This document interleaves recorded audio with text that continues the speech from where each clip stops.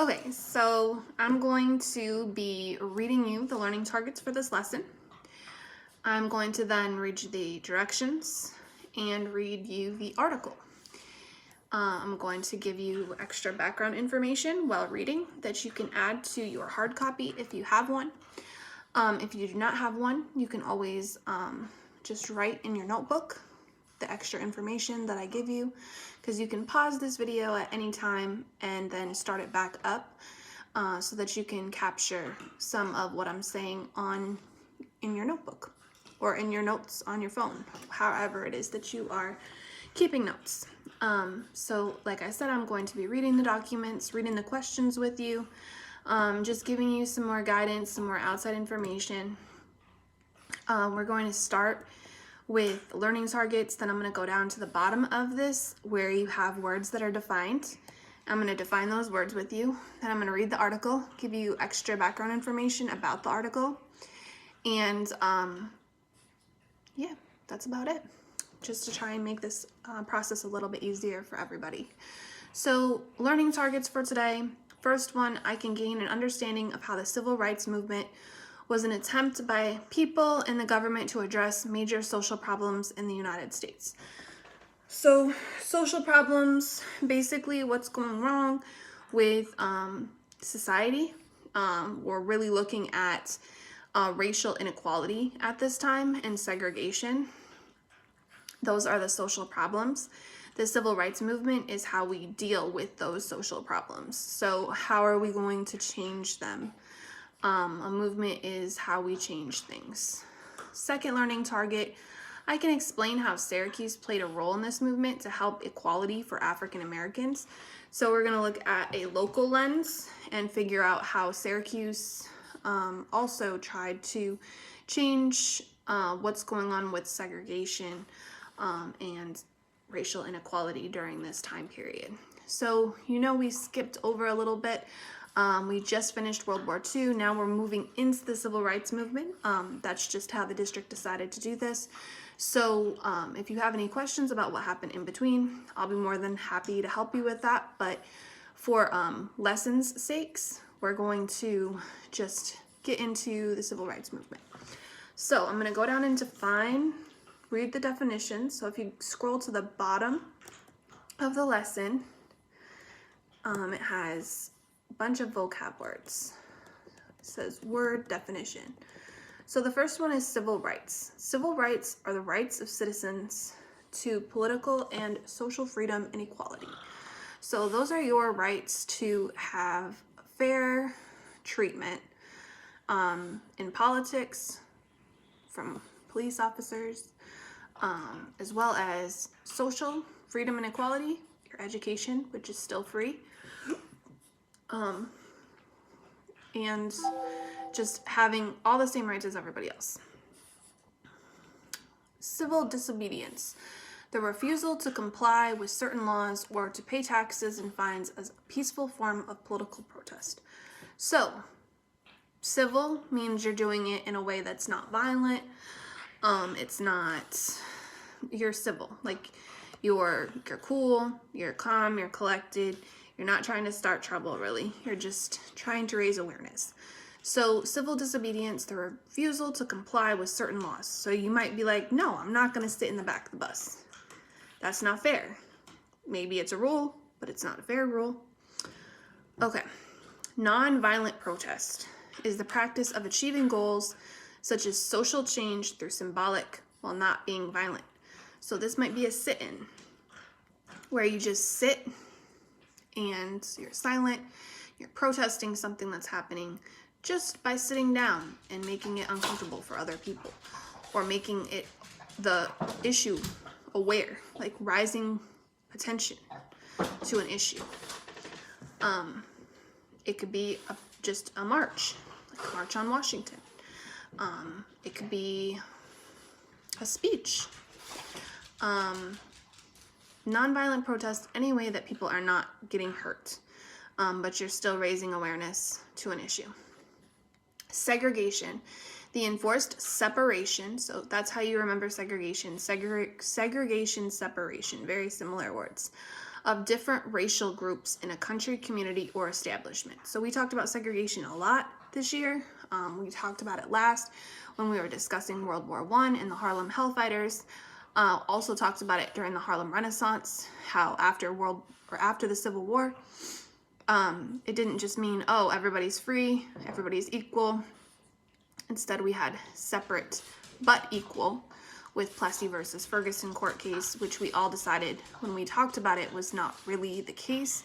If you're separate and you have separate things, then they're not equal. You need to make sure that you can have separate places, like there can be restaurants on the south side and restaurants on the north side, but if you live on the north side, you have to be able to go to the ones on the south side, and if you live on the south side, you should be able to go to the ones on the north side. And that wasn't the case before with Plessy versus Ferguson. So we're trying to work on getting rid of segregation still in the 1960s, or 1950s, 1960s. De facto segregation, a term to describe that a law was not segregating students, but in actuality, schools were still segregated in the United States. So this happened with redlining, which we're going to talk more about. Basically just drawing borders around neighborhoods, not allowing African Americans to move in to certain neighborhoods, denying them the right to live in white neighborhoods, still was happening.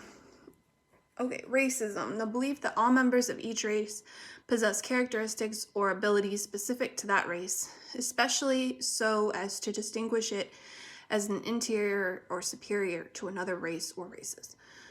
So basically saying one race is better than another. Not cool. We talked about this a lot this year. What racism really means, what it is, what it isn't. Discrimination, the unjust or prejudicial treatment of different categories of people or things, especially on the grounds of race, age, sex, or sexual orientation. So basically being judged based on what your gender is, how old you are, and what race you are. Okay, so we're going to go back up to the top of the article now. I'm going to read you title of the article, U.S. Birth of Civil Rights Movement, 1941 to 1963. So the birth of the Civil Rights Movement did actually happen while World War II was going on. It's more known in the 1960s, but it continued from 1941 to 1963. And then, I mean, some people would say that we're still working on a civil rights movement today. Okay, so this is a News ELA article published on May 8th, 2017. You might want to highlight or underline U.S. birth of civil rights movement, 1941 to 1963, if you have a hard copy, or just make a note that the civil rights movement started in 1941. Okay. America changed tremendously during World War II, creating a driving force for the civil rights that transformed American life. African Americans migrated to the North, where they had the right to vote, which we know that from the Great Migration and the Harlem Renaissance. New government policies laid the groundwork for the end of racial segregation. So we just talked about segregation. If you want to circle segregation and then right to the side, separation by race, you can. Civil rights became a national issue for the first time since the Reconstruction era, the period after the Civil War between the North and the South.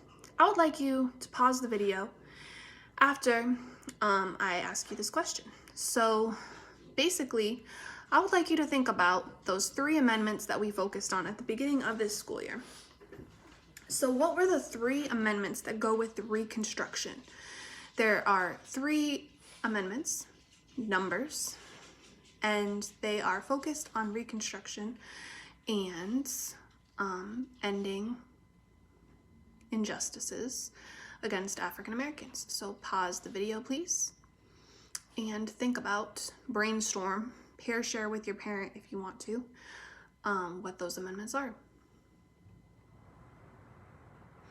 Hopefully you pause the video and are not just awkwardly seeing me transition back.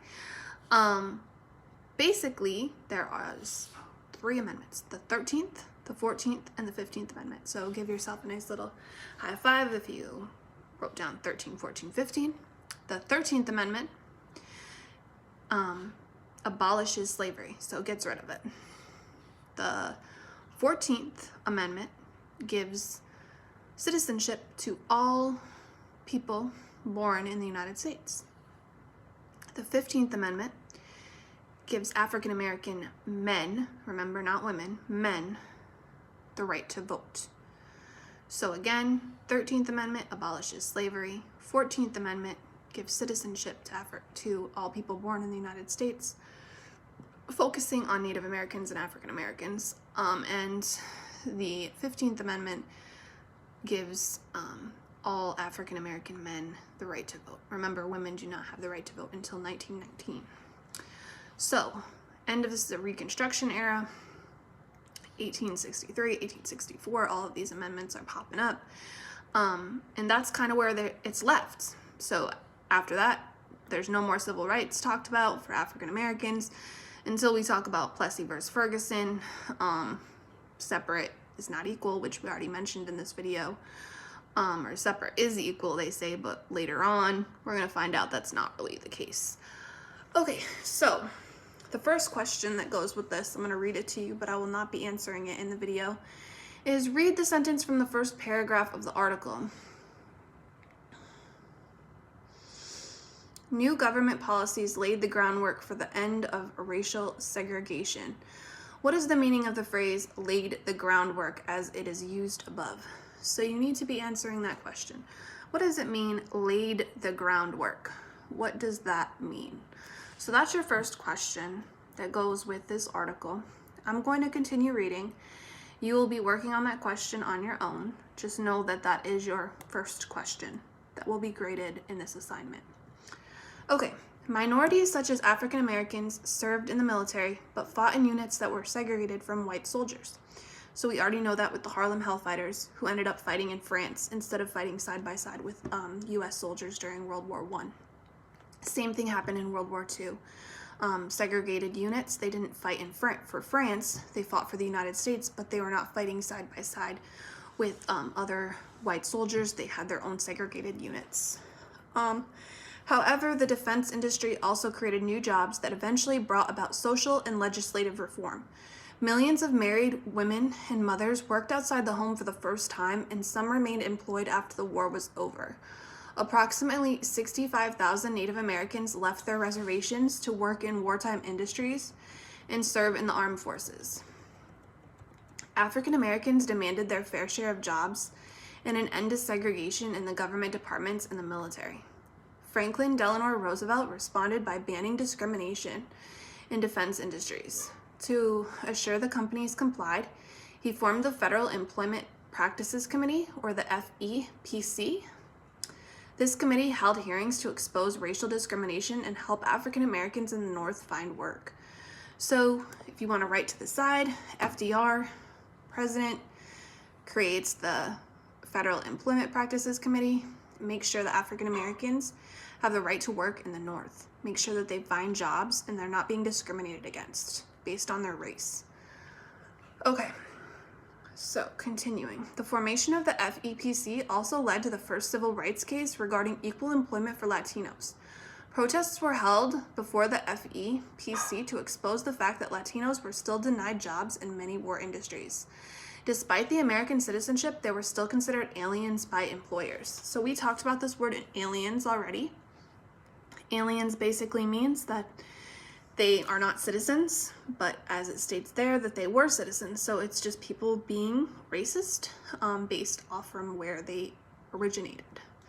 Okay, African Americans were denied mortgages and loans. Even as people of color served in the military, those at home still faced racial discrimination from federal and local governments. African Americans were refused home loans, partly because of the government's support for a practice called redlining, which I was talking about earlier when we were defining the words. Beginning in the late 1930s, lines were drawn on government maps around black neighborhoods.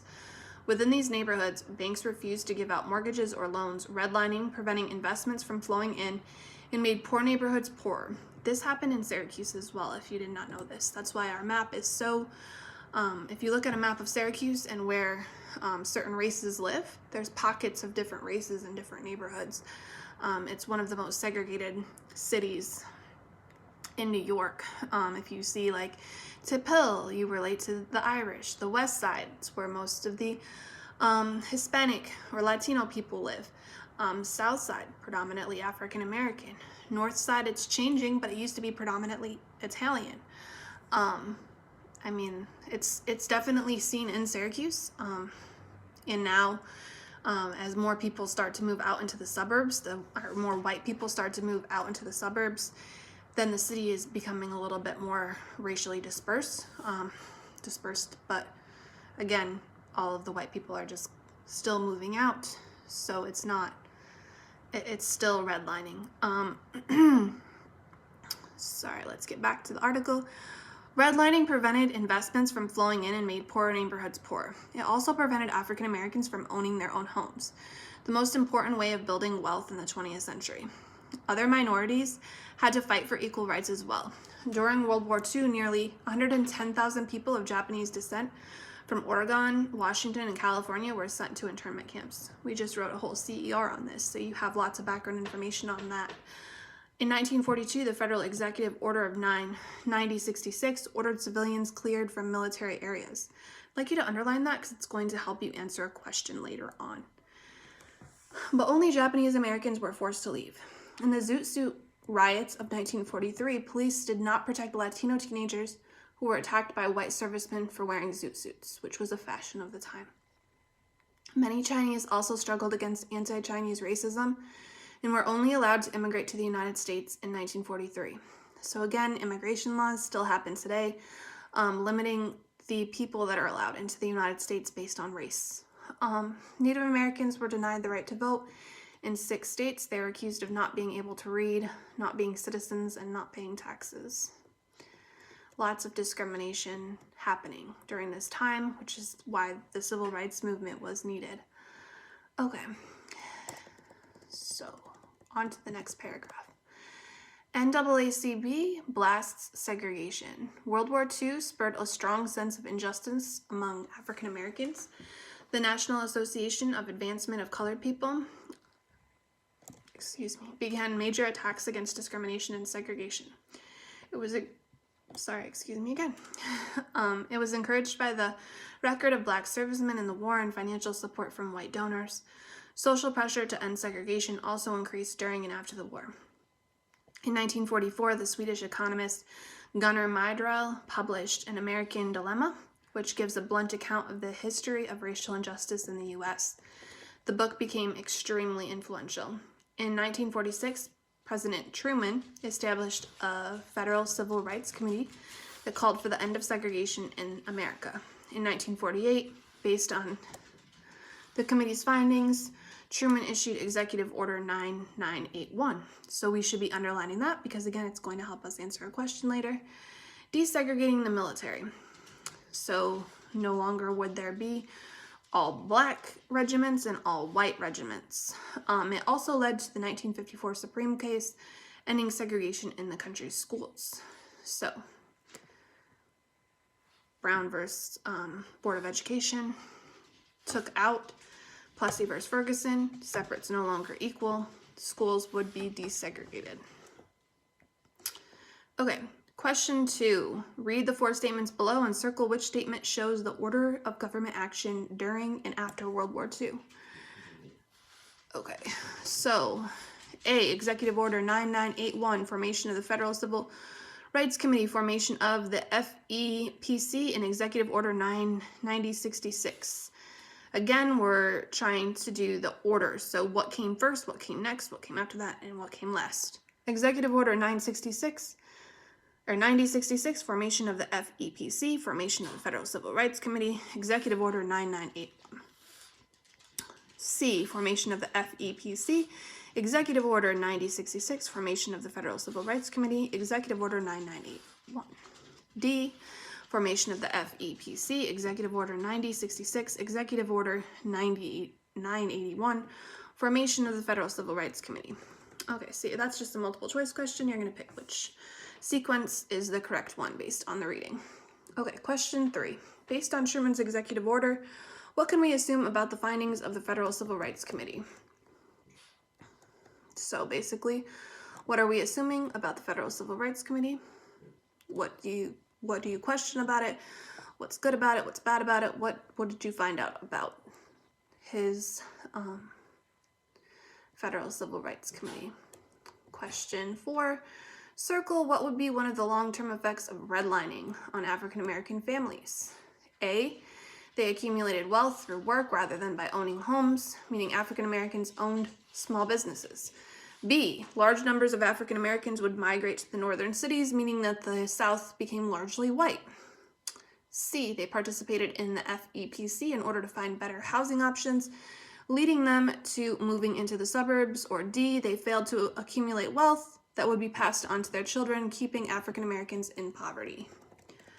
Okay, so those are the end of your questions. Now there's a little blurb about Syracuse, and then we're done with this video. Hopefully that reading it and giving you background information was helpful, and it can help you finish more assignments. So now the last part that I'm going to read to you is titled Civil Rights in Syracuse in the early 1960s. This is going to address Learning Target 2. The 1960s were a time of racial unrest, not only in the South but throughout the country. Desegregation of schools and discrimination in housing and jobs were also the problem. The problem was in Syracuse too, even though many chose to deny the inequality. So just say, no, it's not a problem here, but it was a problem. CORE, the Committee of Racial Equality, was created through monetary contributions, meaning people funded it, and was dedicated to informing the citizens of the reality of the situation. So they went around and told people this is a problem. The booklet was published, this booklet was published in 1963. 100 individuals protesting for civil rights were arrested in September of that year. The next year, Towards Social Justice Project 101 was published. It was a study of social problems faced by African Americans in Syracuse and proposals to deal with those problems. So basically, a lot of the problems stemmed from 81. And there's a really good documentary on that I might post and have you guys watch for the second half of this assignment, honestly. I had you watch it on a snow day during this school year, but a lot of you didn't take it seriously, so I think I'll repost it and have you guys watch that 81 project video about the 15th ward. Okay, so that's my first video. Hopefully this was helpful. Hopefully you can understand the article a little bit better and answer the questions. And again, I will be going live on Monday at noon to discuss this article and the questions that go along with it. And then we will discuss the 15th ward video on Thursday. Okay, thank you. Have a great day. Bye.